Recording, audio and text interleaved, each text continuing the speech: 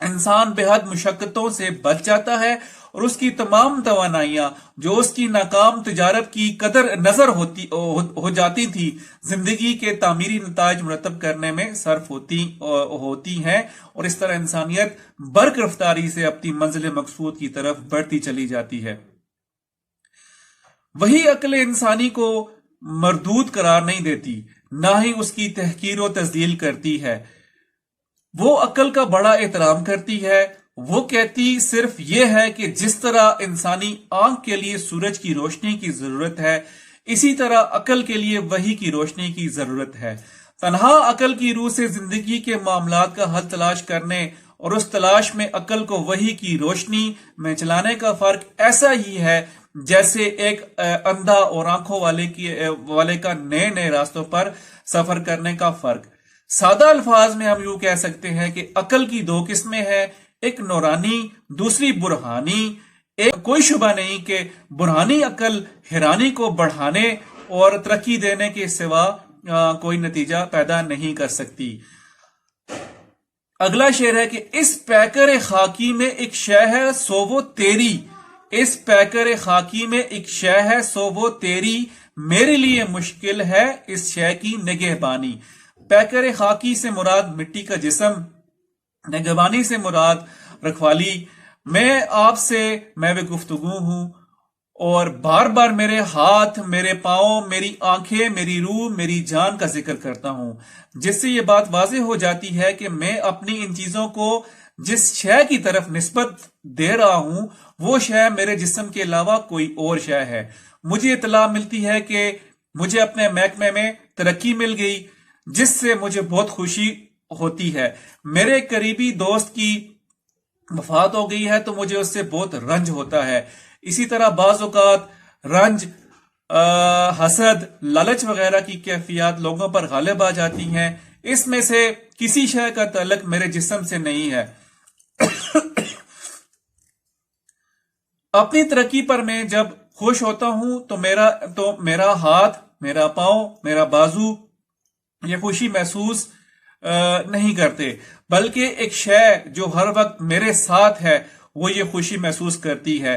دوست کے انتقال پر جب رنج ہوتا ہے تو یہ رنج میرے سر یا پیر کو نہیں ہوتا، یہ رنج اس شے کو ہوتا ہے جو میرے ساتھ ہے۔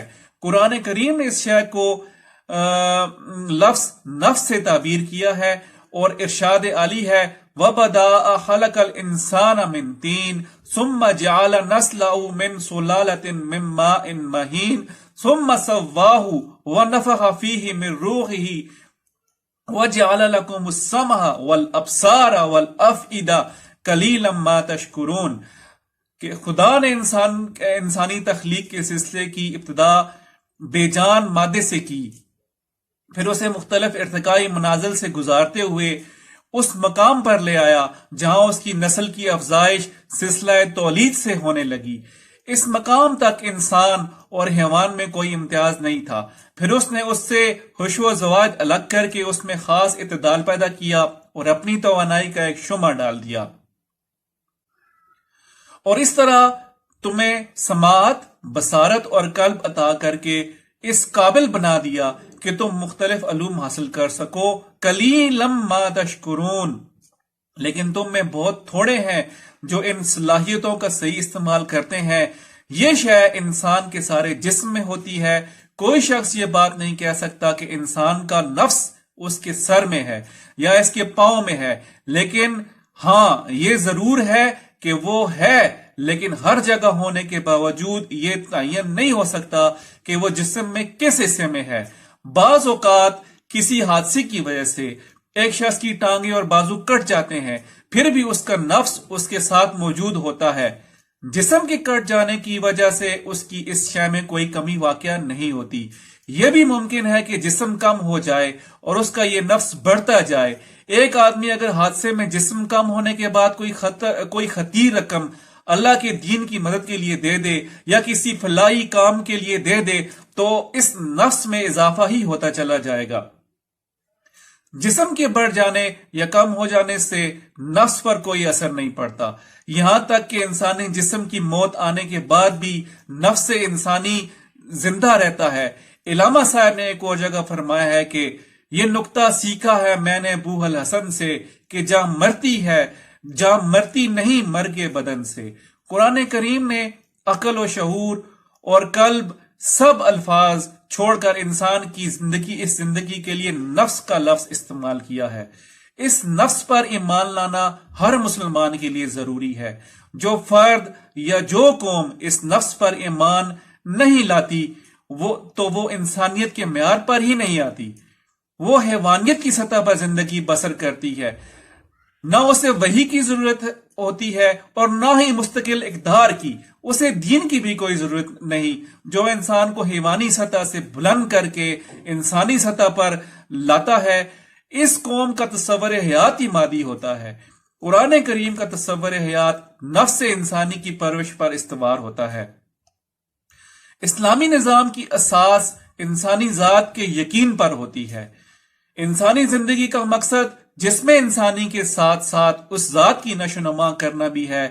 ذات اپنے سارے ارادے اور مقاصد جسم کے ذریعے پورے کرتی ہے، اس لیے جسم کی پرورش بھی ضروری ہوتی ہے۔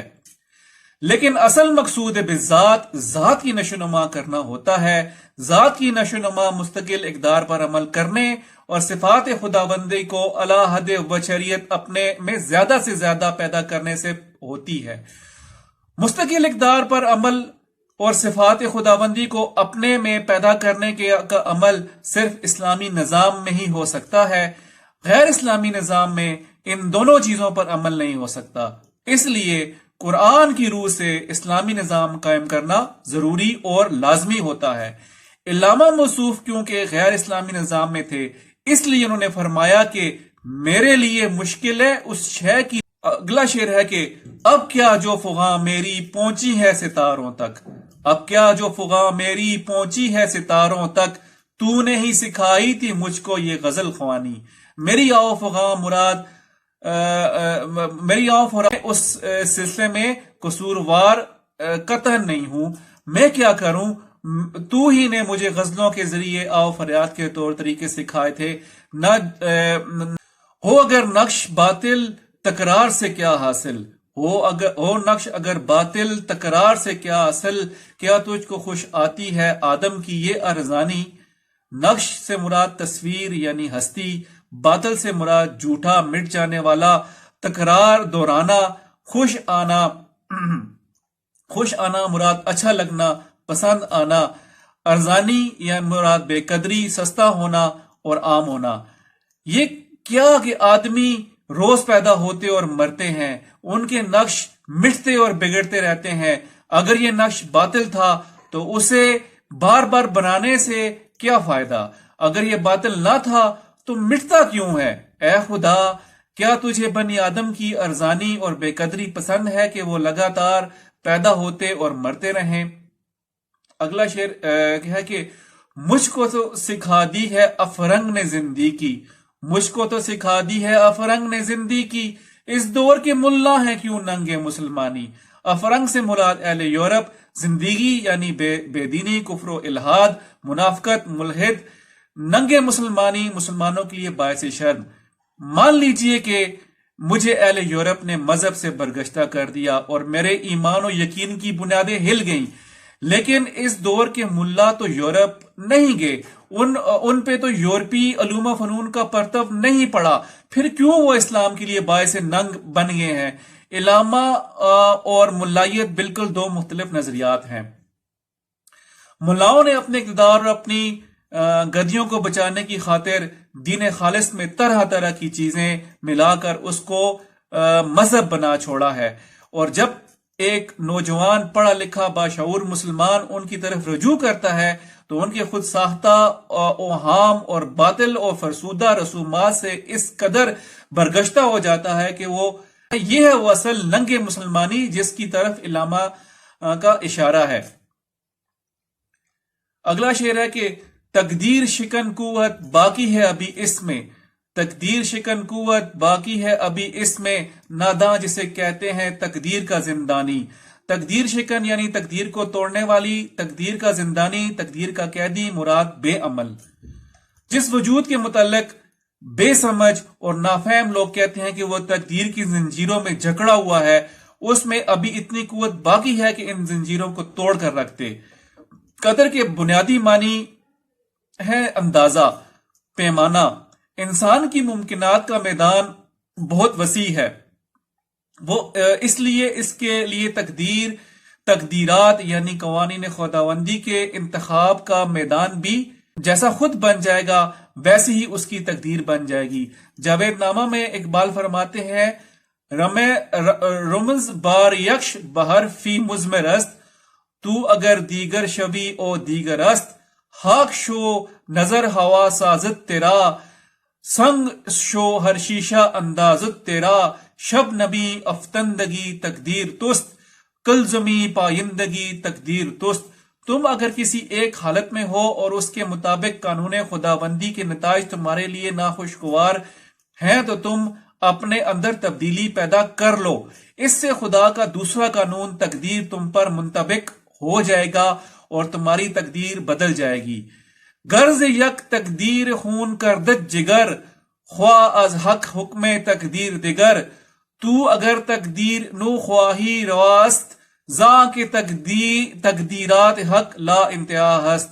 اگر ایک تقدیر سے تیرا جگر خون ہو تو اللہ تعالیٰ سے اور تقدیر مانگ لے، اگر تو نئی تقدیر چاہے تو ناجائز بات ہے، کیونکہ اللہ تعالیٰ کی تقدیرات کی کوئی انتہا نہیں۔ یہ حقیقت ہے کہ اللہ تعالیٰ نے تمام چیزوں کا ایک اندازہ مقرر کر رکھا ہے، لیکن اس کا علم کسی کو نہیں ہو سکتا۔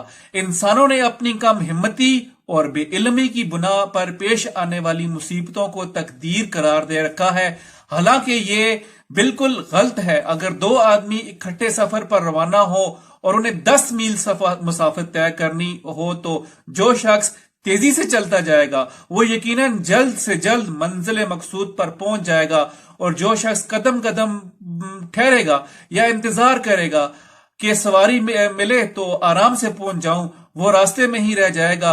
یہاں تقدیر کا سوال ہی نہیں، صرف ہمت اور قوت عمل کا سوال ہے۔ ہمت اور قوت عمل ہی کی بنا پر انسانوں نے بڑے بڑے کارنامے سر انجام دیے ہیں۔ جتنا زیادہ کوئی شخص اللہ کے مقرر کردہ قوانین سے مطابقت پیدا کرتا جائے گا، ان قوانین پر چلے گا، اپنی تقدیر کو مضبوط سے مضبوط تر کرتا جائے گا۔ اس لیے مسلمانوں کو تقدیر کا قیدی اور زندانی بن کر ہرگز نہیں رہنا چاہیے، بلکہ صرف اور صرف اللہ کے قوانین کی پیروی کرتے رہنا چاہیے۔ آخری شعر اس غزل کا یہ ہے، غزل کافی طویل ہو گئی ہے، مجھے پتہ ہے کہ آپ نے کافی برداشت کیا، لیکن غزل کا آخری شعر ہے کہ تیرے بھی صنم خانے میرے بھی صنم خانے، دونوں کے صنم خاکی دونوں کے صنم فانی۔ اے مخاطب، تو بھی بت خانے لیے بیٹھا ہے، میں بھی بت خانے لیے بیٹھا ہوں، دونوں کے بت جو ہیں وہ مٹی کے ہیں اور ان کے ختم ہونے اور فنا ہو جانے میں کوئی شک و شبہ نہیں۔ تو یہ تھی بال جبریل کے حسابل کی غزل نمبر 15۔ ہماری اگلی غزل کے لیے جو کہ آخری ہوگی، آپ ہماری اگلی ویڈیو کا انتظار کیجیے۔